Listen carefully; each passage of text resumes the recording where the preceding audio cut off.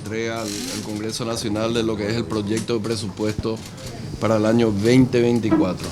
Un par de consideraciones iniciales. En primer lugar, ustedes habrán visto el formato en el cual lo hemos entregado. La verdad que siempre nos llamó mucho la atención la cantidad de papel que se utilizaba para este acto acá.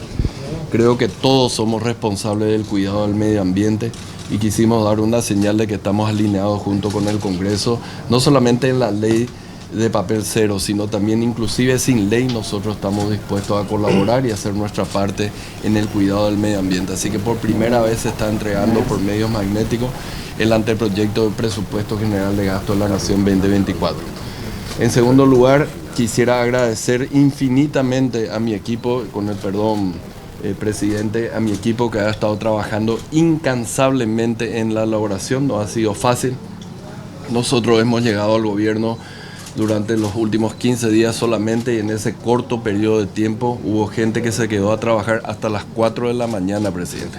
Entonces, algo de destacar a todo el equipo. Teodora, por favor, yo quisiera resaltar el compromiso que tienen ellos como para hacer la entrega del presupuesto general de gastos sin importar la hora a la cual se tenga que entregar. Y bueno, finalmente quisiera simplemente hacer un breve resumen de lo que es este presupuesto.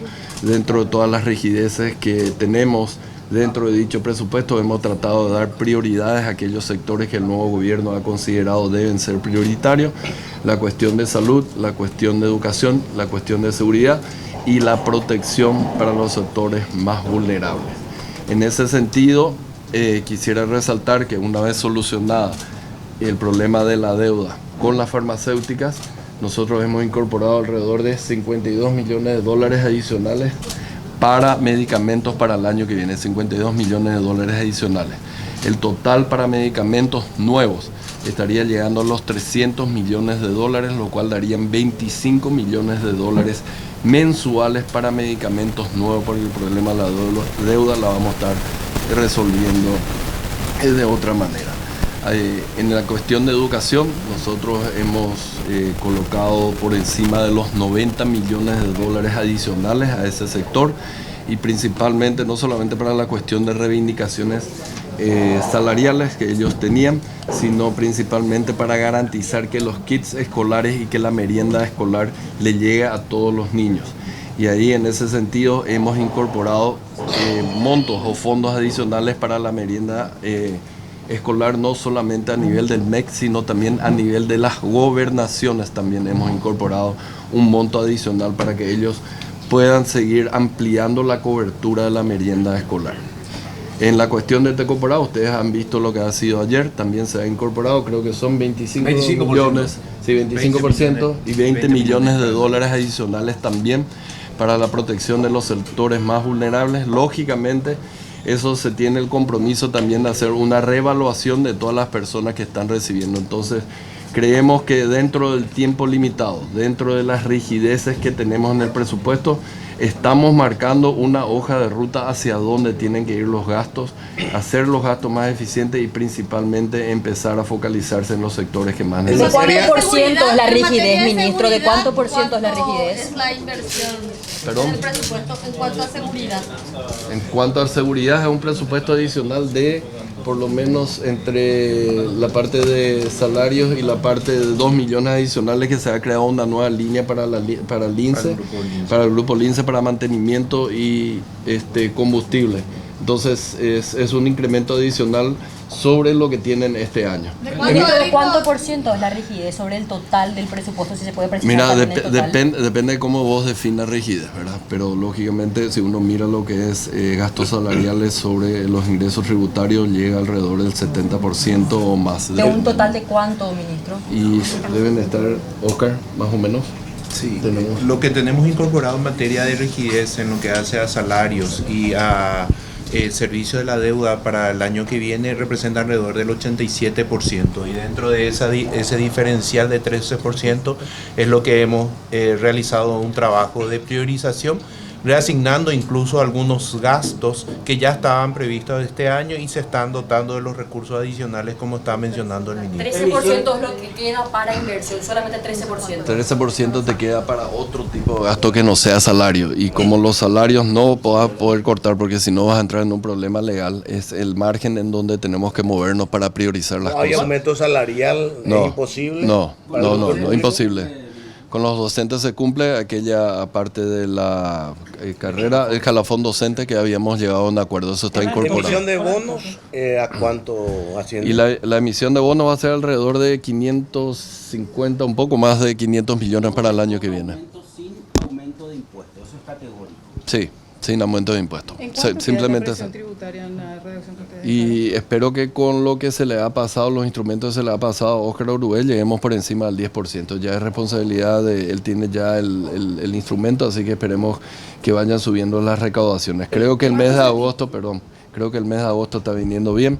Él va a estar anunciando justamente el incremento en las recaudaciones. ¿En cuánto queda del El déficit quedaría alrededor del 2,6% del PIB para el año. ¿Se podría llegar al 1,5% de responsabilidad fiscal en qué año? ¿En 2025, 2026? Yo creo de que vamos a ir convergiendo en el año 2026. El dólar... El punto, perdón, quiero nomás enfatizar, el punto es hacer un plan creíble, que es lo que yo siempre dije. Uno puede tener mucho voluntarismo, pero si los números no dan, finalmente ocurre lo que pasó ahora, que se acumularon las deudas por presentar un número que finalmente era bastante artificial, ¿verdad? De hecho, nos entregan a nosotros con un déficit del 3,1% este año, sin contar las deudas. Contando las deudas, eso se va a 4,1%. A partir de ahí, solucionada esa deuda, creo que vamos a tener mucho más claro el panorama y vamos a converger lo más rápido posible. Nos comprometemos a converger lo más rápido posible. porcentaje de ¿Cuál es el crecimiento? presupuesto que entrega el Ejecutivo, el monto total, ministro?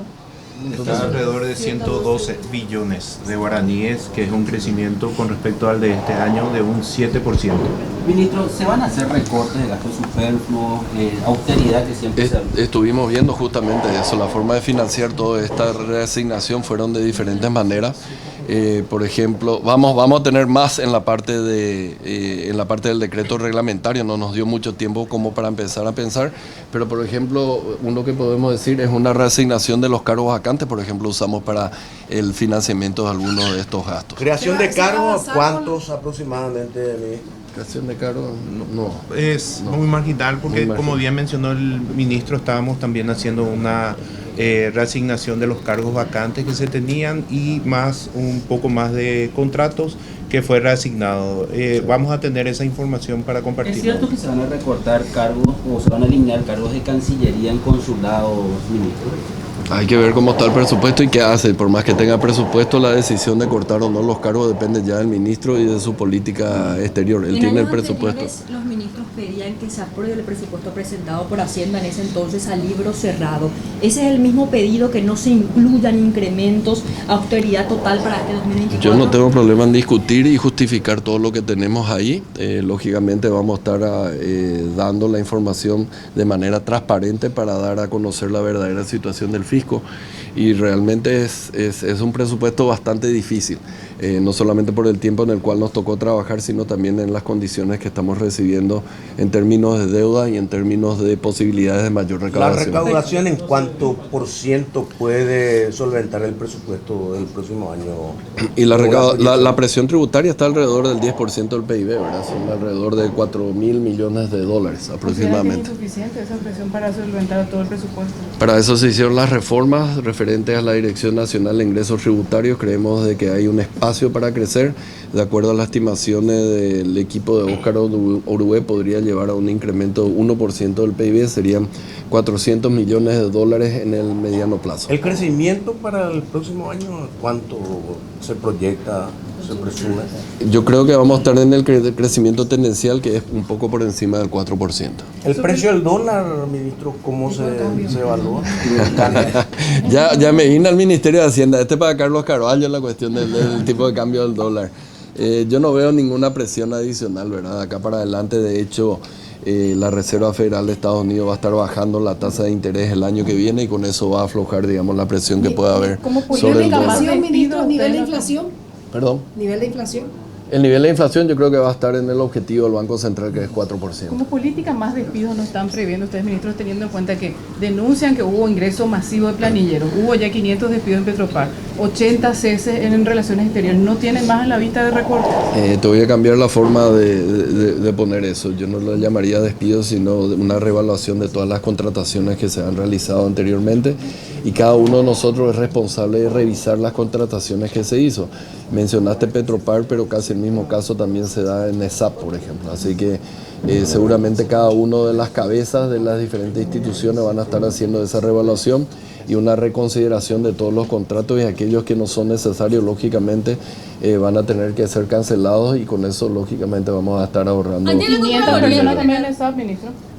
No sé cuánto es, pero es un número importante. ayer la Contraloría General presentaba un dictamen al Congreso y en uno de sus puntos resaltaba que la Reserva Internacional de Paraguay prácticamente ya está deficitaria para contemplar las deudas públicas. ¿Cómo se entiende eso, ministro? Y la verdad tendría que preguntarle, porque desde el punto de vista técnico, Reserva Internacional de Paraguay alrededor, actualmente, y cuánto es la un poquito deuda? menos de 10.000 millones de dólares. ¿Y cuánto es la deuda? Y está por encima de eso, pero eso no quiere decir que no podamos, digamos, honrar, claro. Ahora, en cuanto a la política de solicitar préstamos, ¿cuál va a ser la política de este nuevo gobierno en cuanto a préstamos internacionales se refiere? La cuestión del endeudamiento es simplemente el síntoma del problema. El problema es el déficit fiscal. Entonces lo que tenemos que atacar es el déficit fiscal, ir convergiendo a lo que nos dice la ley de responsabilidad fiscal, y con eso se va a ir solucionando el problema de endeudamiento. Pero no es atacar el endeudamiento si es que no atacamos el déficit ¿Pero fiscal. se prevé solicitar préstamos?